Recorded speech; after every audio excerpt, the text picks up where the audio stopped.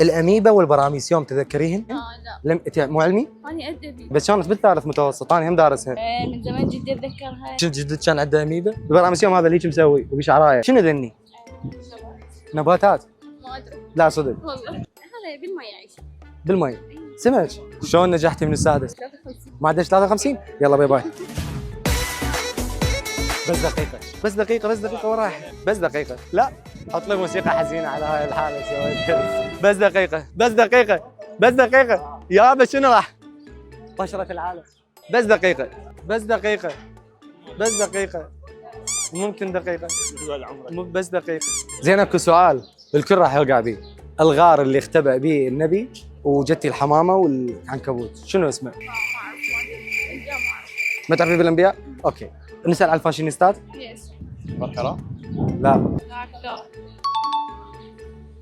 ذكية مو بيدي. عاشت ايدك. في اي غار اختبأ النبي؟ حراء. لا هذا تعبد به. أيوه هناك. لا غار حراء كان يفكر به ويتعبد. الغار الذي اختبأ به النبي هو غار ثور. اوكي حفظيه. غار حراء؟ لا وما رديت لك اياها. شنو هي الاميبا والبراميسيوم؟ أنا أعرف بس ما أعرف شو الأسماء. لا صدق. من ياصفها من شيء كم خليه بيهن؟ صح مو غار حراء. انتبهوا على هالمعلومه. غار حراء كان يتعبد به. عاشت ايدك. النبي محمد في اي غار اختبأ عندما اتت الحمامه والعنكبوت؟ شلون الجبل؟ ايه يلا شلون الجبل؟ شنو الاميبا والبراميسيوم؟ هذول مو عندي. ادري بس يعني احنا بالثالث وبالسادس ودا نذكركم احنا نرجعكم. كائنات حية. مايكرو.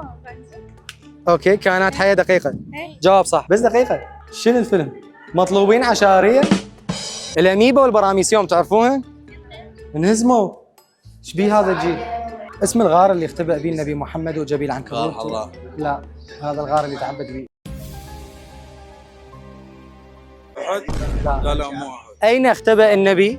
في اي غار وجدتي الحمامه والعنكبوت؟